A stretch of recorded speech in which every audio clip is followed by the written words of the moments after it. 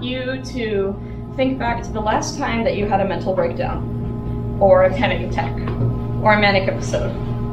And I want you to think about what caused that. Was it schoolwork, relationship issues, family emergency? Well, whatever you think caused that distress may not actually be correct, or not entirely correct anyways.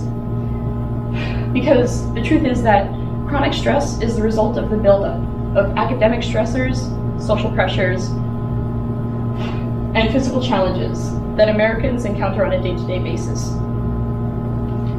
Suicide in the United States has risen 57% since 2007. Suicide has risen 57% since 2007. This is due, mental illness is widespread among adolescents, and so much so that it's almost abnormal for a teenager not to suffer from anxiety, depression, or a similar disorder. How can this be? The obvious answer is social media, but I'd like to point out the root of the problem: competition. Americans are constantly competing against one another, competing for better grades, competing for college admission, a better job, a successful life. Now, this all can't be good for us, right? Constantly being pitted against one another causes the bar to get higher and higher. Stakes rise as students lose hours of sleep in an effort to cram for exams, and employees skip breaks in order to impress their supervisors and potentially earn a raise. Americans are sacrificing themselves for the results that they desire. But is this really the right way out? Is success really worth the sacrifice? I'm the daughter of a European immigrant. My mother was born in the rural town of Bregovic in what was once Yugoslavia, and she immigrated here in the United States in her early 20s.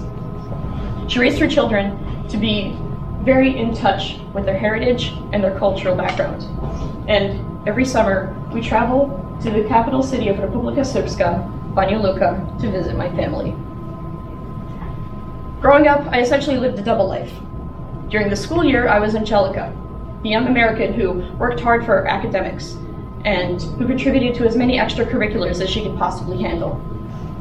During the summer, I was Angelika, the young Serbian who tended to her grandmother's garden, swam in the river with her cousins, and ate sweet watermelon with her aunts every other afternoon. I was taught to appreciate the little things, to understand nature, to feel every single pebble, twig, and rock that I felt between my feet as I climbed the highest mountain of the region completely barefoot. I was taught to love food, to wash the dirt off potatoes freshly plucked from the ground, and to spend hours mixing, kneading, and baking dough to create a work of art that my family would enjoy. I was taught to love my family, to worship them, to cherish every single moment I spent with them, no matter if it was as exciting as clinging to my uncle on a scooter, gliding down the winding roads of the valley, or as simple as teaching my nieces and nephews to hang laundry as the cicadas hummed in the distance. Living in Europe exposed me to a lifestyle I never would have encountered here in the United States. I was taught to take it slow. I was taught to cherish every moment. And the only things that mattered were family and my physical health. And I want to point out that my family members in Serbia do work over the summer. They all experience competition. They all have stable careers with jobs that demand a lot from them. The difference is that every morning, weekend or weekday, I would wake up to the sound of conversation coming from the dining room. It was my cousin Vlado, a social worker, or my uncle Yugoslav, a police officer, or my aunt Dragana, a pharmacist, talking with my grandmother, sipping on their Turkish coffee, inhaling the crisp morning air before going off to work for the day. The difference is that every Sunday, just before sundown, a long dining table would be placed in the driveway with benches on either side, and my entire extended family would gather after an exhausting day of work to celebrate and to eat a good, warm meal. Oh, okay. Sorry. Now, I want to get to the difference between these two lifestyles. A vital component of the human experience that society encounters on a day-to-day basis. The answer to a truly happy life. Bathtubs. Now, this picture may not accurately reflect what you have in your home, so perhaps this is more familiar to you. The fixed shower head.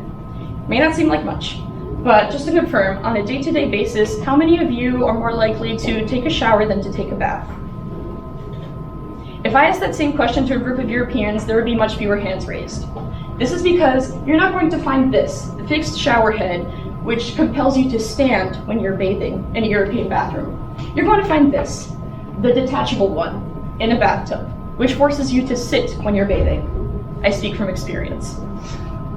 Now, what's the point? What do bathtubs have to do with the secret to a truly happy life? Time. The average time it takes for a shower in the United States is 8 minutes. For baths, it is 20. That is 12 more minutes of winding down and relaxation fitted into your daily routine. May not seem like much, but for the subconscious mind, 12 more minutes every single day accumulates to create an acute, sound, and sensitive mind. Europeans, represented by their bathtubs, tend to take things slow. They enjoy the tiny, trivial, forgettable moments of daily life, as insignificant as they may be, which ultimately creates a more patient, understanding, and observant human being. Americans, on the other hand, are trained to finish the job as quickly as possible. They forget and ignore the boring and mundane moments of daily life to maximize efficiency. This creates an impatient, intolerable, and often dissatisfied human being.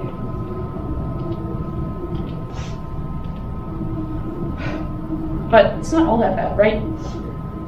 Living in this society, it compels us to maximize efficiency, to work our hardest and try our best.